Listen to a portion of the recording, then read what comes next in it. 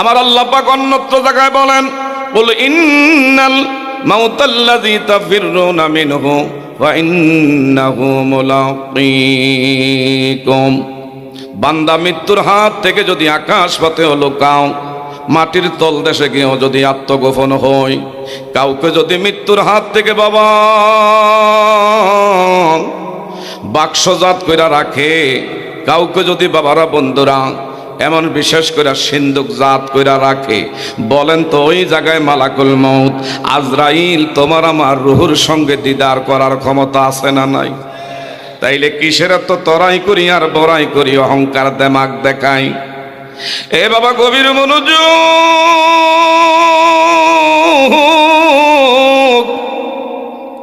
যেই নবীর 63 বছরের জিন্দেগিতে একটা মিথ্যা কথা বলল না, যেই নবীর জিন্দেগিতে কোনোদিনও হাতের দ্বারা কাউকে কষ্ট দেয় না, জবানের দ্বারা দুনিয়ার কাউকে কষ্ট দেয় না, যেই নবীর আগের গুনাহ মাফ,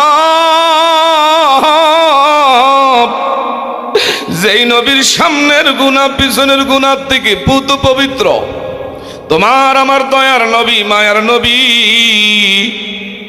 উম্মতের কান্ডারি এমন নবী, তারপরেও বিছনার মধ্যে যখন পিঠ মোবারক লাগাইতো বাবা, একবার দুইবার না, ডেইলি 100 বার তওবা করে আমার নবী বিছনায় পিঠ লাগাইতেন। একটু চিৎকার মেরে বলবেন বাবা মারহাবা। তোমার আমার জীবনে গুনাহ আছে না নাই? অন্যায় করছি কি করি নাই? অপরাধ আছে না নাই? গুনাহ থেকে একবারে মুক্ত, জীবনে গুনাহ করি নাই। বুকে কোনো ব্যক্তি হাত রেখা বলতে পারবো না। এ এলাকাবাসী বাবারা,